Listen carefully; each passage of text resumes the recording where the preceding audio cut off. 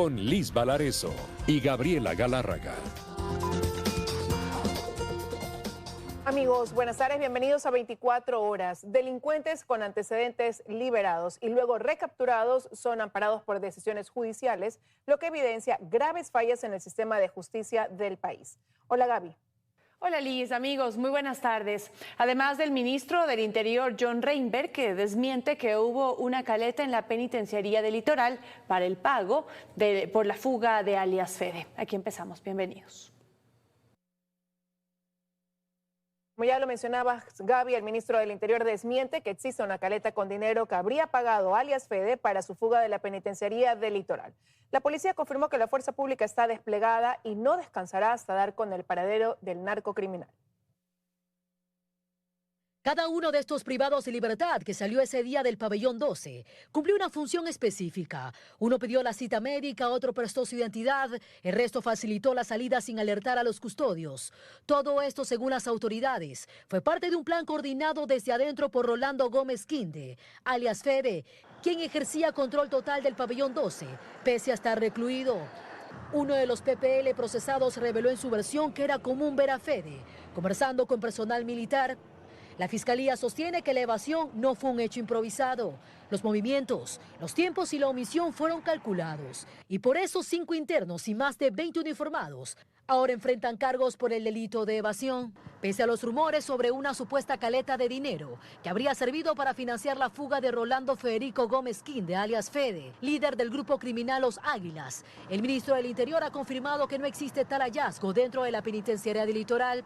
Lo que sí es evidente, según las versiones recogidas en audiencia, es que la fuerza pública sigue la pista de Fede. Durante la formulación de cargos por el delito de evasión, la fiscal Lisette Posligo aseguró que la fuga se produjo gracias a graves omisiones de control por parte de personal militar y del Cuerpo de Seguridad Penitenciaria. En la audiencia, las defensas técnicas denunciaron que sus representados solo cumplían funciones de rutina sin facultad de verificar identidades. Alegaron que la seguridad interna es responsabilidad de los guías penitenciarios y que los militares únicamente cumplen disposiciones superiores. Sin embargo, el juez de la causa declaró legal la detención y acogió el pedido de fiscalía, ordenando prisión preventiva para todos los procesados por el delito de evasión, agravado y tipificado en el artículo 274, que impone penas de 3 a 5 años si quien permite la fuga es un funcionario público. Se dispuso el traslado de los detenidos al centro de detención provisional mientras avanza la instrucción fiscal por 90 días. Catalina García, Teleamazonas. La reincidencia delictiva se ha vuelto una constante y deja al descubierto serias fallas en el sistema judicial ecuatoriano. Detenidos con antecedentes penales han sido liberados y recapturados en medio de decisiones de jueces que argumentan falta de pruebas o beneficios legales. Decisiones judiciales como estas son las que alimentan la impunidad en el país. En 2024, José Gregorio Mesías Bermúdez, conocido como alias Bambazo, fue liberado por orden de un tribunal, pese a tener 10 antecedentes penales y vínculos con estructuras criminales de alta peligrosidad. El fallo fue emitido por el tribunal integrado por los jueces Daniel Osvaldo Rodríguez Romero, Beatriz Irene Cruz Amores y Byron Raúl Andrade Márquez, quienes concluyeron que no había pruebas suficientes para responsabilizarlo del delito de asesinato por el que era procesado.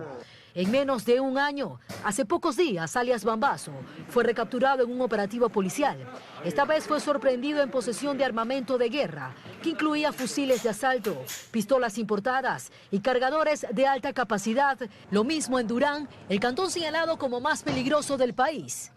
Varios sujetos han sido detenidos y liberados. Jeremy Alberto Flores Chía, alias Yeyito, fue capturado el fin de semana. Tiene un extenso prontuariado por asesinato, tentativa de homicidio, evasión y receptación, pero permanecía en libertad gracias a decisiones judiciales. Es identificado como integrante de los Latin Kings. Steven Alexander Moreira Pavón, con antecedentes por receptación, porte de armas y drogas, fue detenido en octubre de 2024. Y el juez Manuel Yuquilema Mullo, de la Unidad Judicial Penal con sede en el Cantón Durán, le otorgó libertad inmediata con presentaciones periódicas. Elvis Eduardo Mosquera Rodríguez, también identificado como integrante de los Latin Kings, fue aprehendido en enero con una motocicleta reportada como robada, a pesar de sus antecedentes por evasión, tentativa de asesinato y delincuencia organizada. Recibió medidas sustitutivas. Son las decisiones tomadas por distintos jueces que reflejan una crisis en la administración de justicia. Catalina García, Teleamazonas. Los dos sujetos que dispararon contra personal policial durante una persecución el pasado 12 de junio en Cuenca recibieron medidas sustitutivas y quedaron libres. En la capital Azuay existe molestia por la resolución judicial. Libres quedaron los dos sujetos que fueron detenidos el pasado 12 de junio por la Policía Nacional en la parroquia El Valle Sur de Cuenca y que durante una persecución abrieron fuego por reiteradas ocasiones contra servidores policiales. Observe. Se pudo determinar, después de haber procedido a la detención, de que estos ciudadanos habían dejado abandonado un arma de fuego, la cual fue utilizada en contra de los miembros de policía. La Fiscalía dice que no encontró indicios balísticos. Las circunstancias de que los policías pudieron observar de que de esa arma fue arrojada del vehículo. Una jueza de la Unidad Judicial Penal resolvió dictar medidas cautelares. Esto es la presentación periódica y prohibición de salida del país y dar inicio a una etapa de instrucción fiscal mediante un proceso ordinario que durará 30 días por el delito de ataque y resistencia. La presidenta de la Corte de Justicia de la Azuay, Julielena Vázquez, habló del caso. Pero el hecho de que no se dicte una prisión preventiva no significa impunidad, porque está un proceso en camino. Hay otras medidas que tienen igual fin procesal que la prisión preventiva. ¿No hay un abuso de este recurso? A mí me parece que aquí no se trata de abuso, sino lo que el proceso le indica, sobre eso resuelve el juez. Sin embargo, la resolución judicial generó sorpresa e indignación en la ciudadanía y en las filas policiales, sobre todo por lo que fue evidente esa madrugada. Nos molesta, causa indignación, este tipo de delitos atentan no solamente contra la seguridad de los ciudadanos, sino también contra nuestros policías. En Cuenca, Iván Rodríguez, Teleamazonas. El ministro del Interior volvió a señalar con dureza al sistema de justicia tras la comparecencia del fiscal subrogante a la Comisión de Fiscalización de la Asamblea. Reinberg rechazó su reclamo por falta de seguridad y señaló que la policía destina más de 300 elementos para la custodia de jueces y de fiscales. Está fallando. Esto decía el fiscal subrogante ante la Comisión de Fiscalización de la Asamblea Nacional, donde pedía seguridad para agentes y sus familias. ¿Quién nos respalda a nosotros en nuestra seguridad y nuestras familias? Nadie. Este martes el ministro del Interior le hizo un ofrecimiento. Sáquenme esos 800 policías que me tienen cuidando delincuentes en las casas, con los arrestos domiciliarios, y venga, yo le doy más seguridad a sus fiscales, para que eso sí, para que hagan un buen trabajo, para que cumplan su misión de llevar a los delincuentes a la cárcel. Detalló que 319 policías a nivel nacional custodian a 114 fiscales y 90 jueces que han pedido seguridad. Volvió a señalar con dureza al sistema de justicia desde donde ha encontrado espíritu de cuerpo, asegura. Cita varios de los temas que se han discutido. Solamente tenemos $2.600 para viáticos. No, y ese es otro de los problemas. Le dije, señores, por favor, quítense la venda de los ojos. El principal problema que tienen ustedes se llama corrupción. Corrupción, comiencen por ahí. Pidió responsabilidad citando otros casos de arrestos domiciliarios que dijo no tienen sentido. Domiciliarios porque la persona tiene trastorno de ansiedad y depresión o recuperación de una operación estética. Otro con arresto domiciliario porque tiene cálculo en los riñones. Y adelantó algunos cambios que tienen previstos para el manejo del servicio de prisiones. Donde sean ex servidores policiales y ex militares los que ingresen a las filas del SNAI. Cuando el policía y el militar se retiran, reciben su pensión. ¿Okay? Si ellos entran a trabajar, les retienen, les quitan el 40% de la pensión. El señor presidente quiere eliminar eso, justamente para que ellos sientan atraídos a ingresar a las filas, además del SNAI, aparte de recibir su salario, tienen también el valor de su pensión. El tema aún está en análisis. Carlos Acoto, Teleamazonas.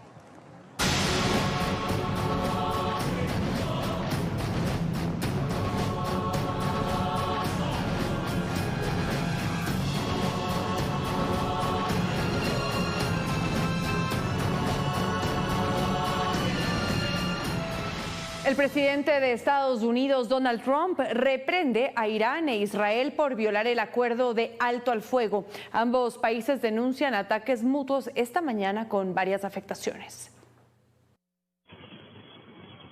Explosiones, sirenas de alerta y pánico. Así amaneció Tel Aviv y otras ciudades de Israel. Pese a un alto al fuego anunciado por Estados Unidos, la violencia no cesa entre Irán e Israel tras 12 días de hostilidades. Ambos países se acusaron mutuamente de romper el pacto y lanzar ataques aéreos. El presidente de Estados Unidos, Donald Trump, se mostró visiblemente molesto por esta violación. Tenemos dos países que han estado luchando tanto tiempo y con tanta intensidad que no saben qué hacen.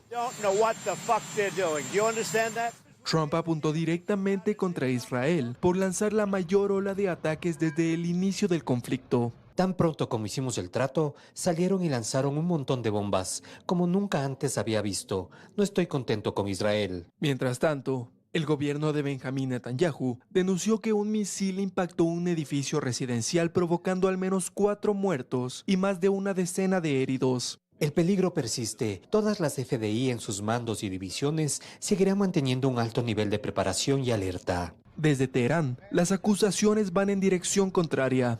Aseguran que Israel lanzó 3 oleadas de bombardeo sobre su territorio.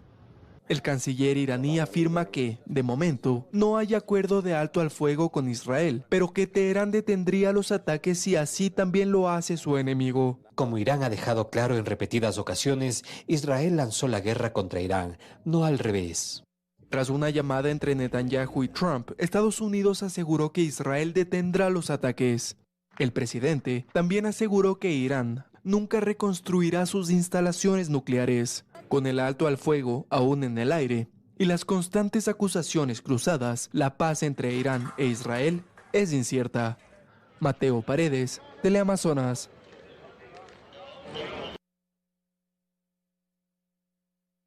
La volatilidad del precio del petróleo por la guerra entre Irán e Israel se mantiene. Hoy el valor del barril de crudo se ubicó en $66. El panorama sí incide, pero no impacta de manera significativa al país. Actualmente, 1/3 del Producto Interno Bruto del país depende de 3 rubros bien marcados, que por monto ubica en primer lugar los ingresos tributarios, que significan 19.000 millones de dólares. En segundo lugar se ubican las remesas y en el tercero, el ingreso petrolero, con 1.700 millones de dólares. Y aquí el factor de riesgo frente a un panorama geopolítico incierto, que con ello también pone a fluctuar el precio del petróleo. Una crisis de balanza de pagos hoy del Ecuador. Son varias cuentas. Cuenta corriente, cuenta de capital y cuenta financiera. Entre exportaciones e importaciones de crudo y de derivados, tenemos esta situación que a Ecuador le deja una situación de desventaja, porque históricamente la cuenta de financiamiento de derivados deficitarios ha bordeado entre 3.000 y 4.000 millones de dólares anuales. Aunque el exministro de Economía, Fausto Ortiz, prefiere ser pragmático en los datos, con un precio del valor del crudo que se ubicó este 24 de junio en $66.16. El petróleo no es el ícono que teníamos antes de Ecuador, país petrolero. Somos Ecuador productor petrolero, pero no es que nuestra economía gira alrededor del petróleo. No obstante, el analista económico Andrés Albuja sí ve preocupante mantener la producción del petróleo a la baja, además de un precio del crudo que no supere el 4%, y para ello detalla algunos desafíos. Conviene a la economía ecuatoriana es fijar escenarios más plausibles frente a una crisis de liquidez, una crisis económica, una crisis energética, crisis de seguridad. Hay una crisis multinivel en Ecuador que se suma también al escenario internacional. Hacia donde el exministro de Economía, Fausto Ortiz, asegura que se debe poner también mayor atención. El gobierno americano ha dicho claramente, el petróleo se lo controla, si es que se empieza a subir, Estados Unidos va a empezar a mandar mucho más petróleo al mercado y eso de alguna forma lo controla. Astrix Ingrid, Teleamazonas.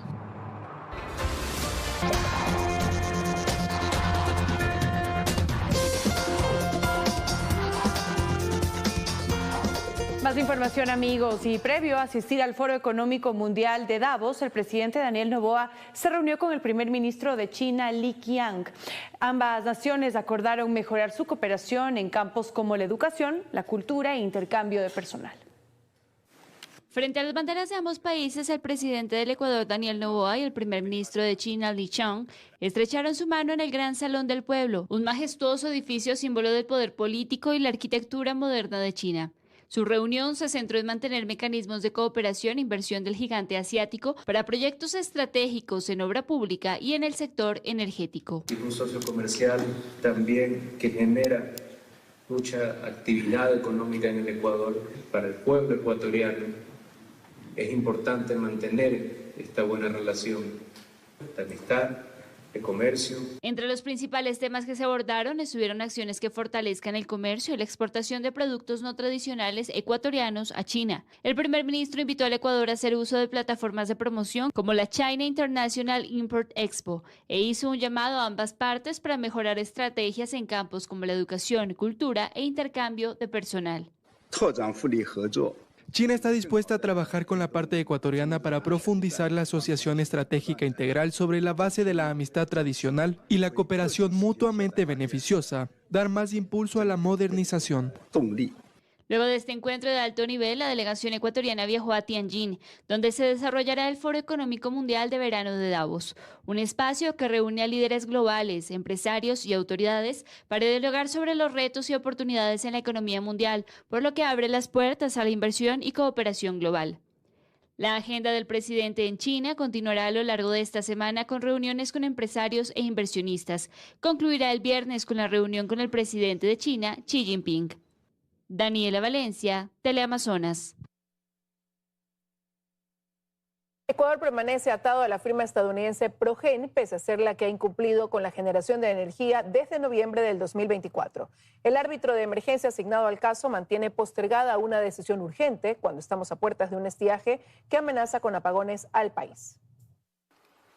La empresa estadounidense Progen, que no es fabricante de estos motores y generadores, trajo al país unos remanufacturados y sobre esto la Contraloría General del Estado trabaja en un examen de auditoría. No obstante, el arbitraje de emergencia propuesto por la firma mantiene al gobierno amarrado a Progen y al país en suspenso por una generación eléctrica que corre riesgo de no servir para el estiaje.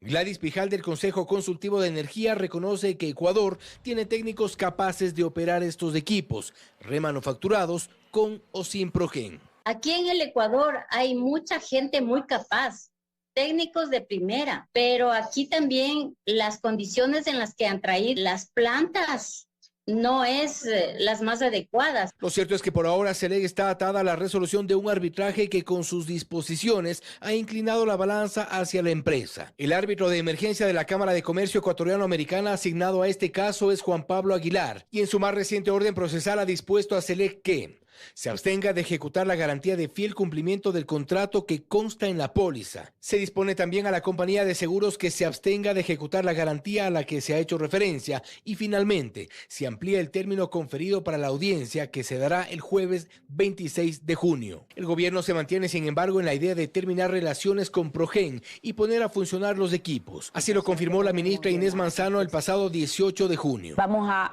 asumir la parte que la empresa no ha terminado y la asumimos por parte de CELEC. CELEC podría lograr la terminación unilateral del contrato, pero al final habrá que hacer una liquidación de lo que se recibió en dinero y equipos. Y todo esto antes de saber con qué se cuenta y cómo retomar el proyecto desde el Estado, dice el experto en contratación pública, Estefan Mora. Ver qué valores son los que debe CELEC hasta el momento en el cual se emitió la terminación unilateral del contrato y asimismo los valores que en este caso o bienes que deba entregar Progen. Si ya hubo un pago por esos equipos, pues CELEC debe mantener estos bienes en su custodia. Y todo esto en medio de las advertencias sobre el estado de los motores que llegaron al país y que CELEC los suponía nuevos. Y parte de estas dudas se han profundizado con la negativa de Progen para que CELEC haga una verificación física de los motores y generadores.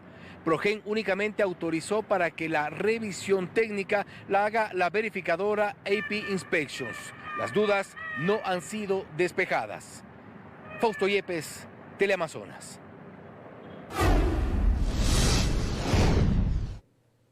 Este martes la Asamblea tramitará el segundo proyecto de ley enviado por el presidente Daniel Noboa denominado de integridad pública.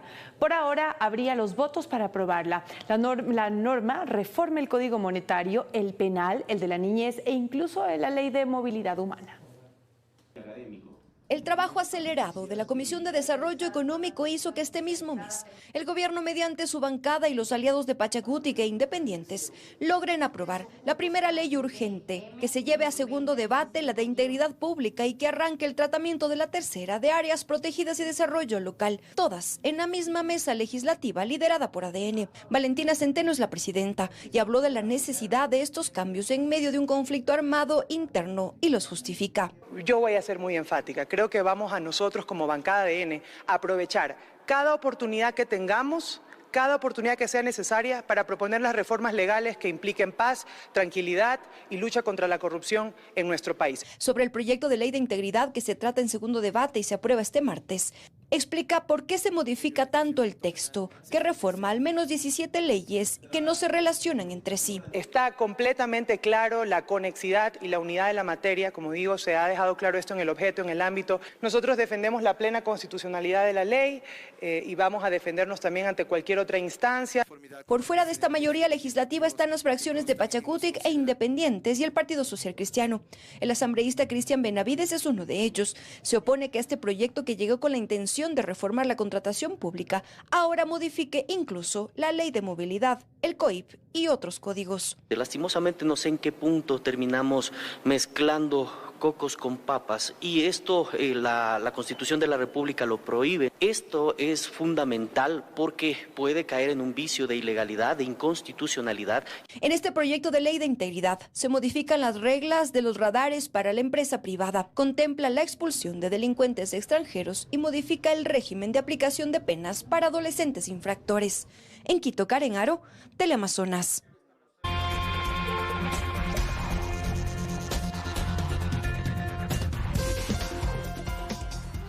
Estamos de regreso con más información para contarles que Petroecuador desvinculó a 70 servidores públicos cuyos sueldos representaban 1.71 millones de dólares anuales para el Estado. Según la estatal petrolera, este grupo corresponde a casos de personal sobrevalorado que presentan distorsiones salariales superiores al 100% respecto al valor de sus puestos. Agrega que en algunos casos las remuneraciones mensuales superaban incluso a las de los gerentes y subgerentes de la empresa. Así, Petroecuador asegura que se pone fin a los sueldos dorados y personal sobrevalorado. El país tiene un déficit de 600 agentes fiscales. Esto porque el concurso de méritos y oposición no se ha realizado durante una década. El fiscal general Wilson Toainga hizo un nuevo llamado al Consejo de la Judicatura para que ponga en marcha el proceso. En medio de un incremento de la actividad delictual y cuestionamientos por el accionar de jueces y fiscales, el fiscal general del Estado encargado, Wilson Toainga, recordó que esa entidad necesita incorporar al menos 600 fiscales. Actualmente el país tiene 923 fiscalías y 887 agentes fiscales. Observando el estándar latinoamericano, que es el más cercano, necesitaríamos tener aproximadamente 7 fiscales por 100.000 habitantes. Esto quiere decir que el Ecuador tiene menos de la mitad de los fiscales que debería, lo que causa acumulación de procesos penales. Quienes estamos en el libre ejercicio profesional podemos palpar esta cruda realidad, porque en los despachos fiscales se encuentra un fiscal, un secretario y en el mejor de los casos existe un amanuense. Y al ser el titular del ejercicio de la acción penal, tiene la carga de la investigación en los delitos de ejercicio de la acción pública. Esto significa notificar a versiones, notificar a dependencias públicas y privadas con información. Y esto se requiere un personal, un despliegue logístico que definitivamente es muy importante y que al día de hoy es insuficiente. El déficit de fiscales es un problema que ya tiene más de una década. Desde 2015 el Consejo de la Judicatura no realiza el concurso para su selección, sumándose así otra deuda pendiente. Hemos solicitado por varias ocasiones al Consejo de la Judicatura la provisión de fiscales. Ojalá, esperemos que tanto persistir, se abran concursos para fiscales. El Consejo de la Judicatura tiene que dar esa respuesta al país. A este problema hay que agregar, explican los consultados, el populismo penal que vive el país. Los despachos de los fiscales muchas veces están abarrotados con denuncias que no tienen un asidero penal. Entender que no todo es delito y que los delitos que tienen que ser priorizados tienen que tener una respuesta conforme al proceso. Al momento, la sobrecarga en el sistema penal afecta principalmente a las provincias de Manabí y Guayas, en donde cada fiscal atiende en promedio 4.000 expedientes. Belén Merizalde, Teleamazonas. En las últimas horas se vivió una jornada violenta en el sur de Quito. Un hombre fue asesinado en una farmacia y horas después vecinos intentaron linchar a un presunto delincuente. Michelle Villasís informa.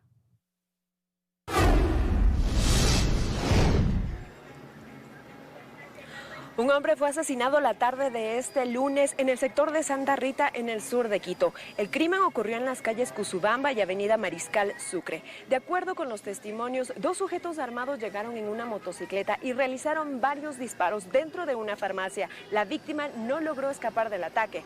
Según las investigaciones, un hombre ingresó al local buscando refugio tras ser perseguido por los sicarios. Al intentar esquivar los disparos, una bala alcanzó a una mujer que atendía dentro del establecimiento. Horas después del sicariato en Santa Rita, en redes sociales circularon videos de un intento de linchamiento acá en Caupicho, también en el sur de Quito.